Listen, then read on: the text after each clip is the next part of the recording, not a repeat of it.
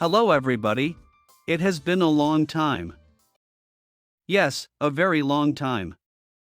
We have been so busy with bootstrapping our camper life that there has been no time to work on reports for this channel. So, we have our Adria Compact now for 2 months, of which we have used about 6 weeks traveling with it. We have been traveling the Netherlands and just across its borders. Let me share with you our 8 most important lessons. Let's start with that immediately. Okay, let's start with the first one, and the most important thing. Traveling with a camper provides a feeling of freedom, way more than we expected.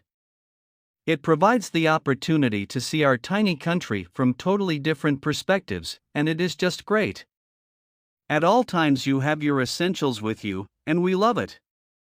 You do not have to travel hundreds of kilometers to have this experience. Sometimes just moving 10 or 20 kilometers gives you a completely fresh experience on the world around you. With this attitude, we have already been in Limburg, Terschelling, Friesland, Brabant, Amsterdam, Utrecht, and South Holland. Secondly, we've organized ourselves to stay off the grid. With our new solar panels, lithium battery and inverter we're now capable to provide in our electricity needs, that is, at least from May till September. How the capacity of this system holds during the darker months of the year has still to be seen, but we seem to be fine during the extended summer period. I'll later share in this video the details of the system we've installed. By the way, we also installed an external antenna for Wi-Fi and 4G mobile data. Thirdly, to extend our feeling of freedom, we had to learn a good way to deal with the so-called number twos. The Thetford toilet is nice, but in no way providing a solution for my number twos. We solved it by implementing what we call a doggy bag approach, and I have become a master in it. So, problem solved. And the next one, number 4, is on our bikes. The 2 Lacros Gemini bikes are a giant hit. We use them to see the environment and to cover the last miles from the camper place to the supermarket. We have also found a way to easily load them into the camper's garage, so it is all fun to have them. 5. We learned again that buying cheap is wasting your money.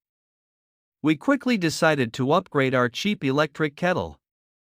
The first one was obviously unsafe. It captured condensation in its electrical system. So, easy, that one went out of the window. We have now a much better one. 6. We concluded that we did not use the bench behind the driver's seat, so we have partly disassembled it and implemented a lightweight smart windowsill, that is one that works as an extension of the kitchen top. It has place for 2 bottles, the electric kettle, and our electric mini rice cooker. Somewhere in a future video I will share more details. 7. In order to reduce weight, we had a good look at things that we're carrying and not using. As a result, we decided to leave most of the cushions and metalwork of the passenger seats in the back at home, as well as the Adria metal bracket installed for the television. Just by doing this helped us already to reduce the camper's weight with about 20 kilos. For the rest we have significantly reduced on water, groceries, beer, wine, and books. I am curious where we stand, but I have the feeling that we are okay now. The proof of the pudding is in the eating. We'll soon have to weigh our camper again. Let's see if I have to go on a diet or not. 8. The idea of a leveling system is still very appealing, however, for us it is too heavy, and, in the meantime, we have become proficient in using our chocks. So, no leveling system for us. Leaves me telling you more on what we did regarding upgrading our electrical system and internet communications. I am afraid it is a bit of a technical story.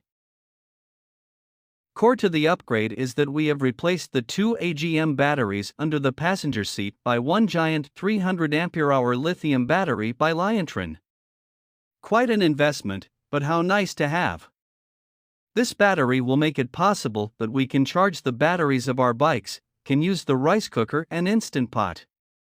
It will provide us an enormous amount of freedom. The second key thing is that we have put three 160-watt solar panels on our roof.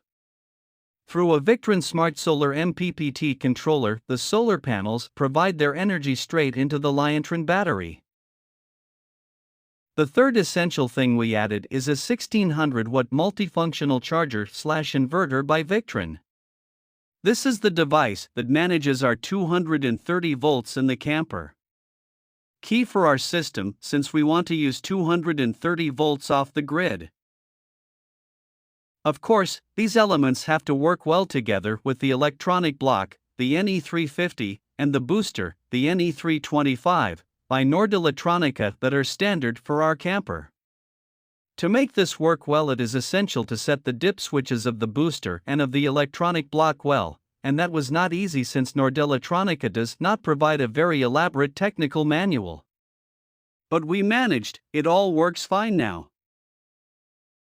On top of these core components, we also added a Victron Serbo GX. This is a device that allows you to manage and monitor the components on a screen. We have integrated this screen into the panel where the Adria has also the other panels mounted. The Serbo GX screen provides an awesome view on the system, so that you can see at all times how the electrical system is doing. If it is charging, or if you are using energy. You can also use it to turn your inverter on or off. All very nice. We love it. So, next to all these things, we've also put a double Wi-Fi antenna and double 4G antenna on our roof, completed with a small router.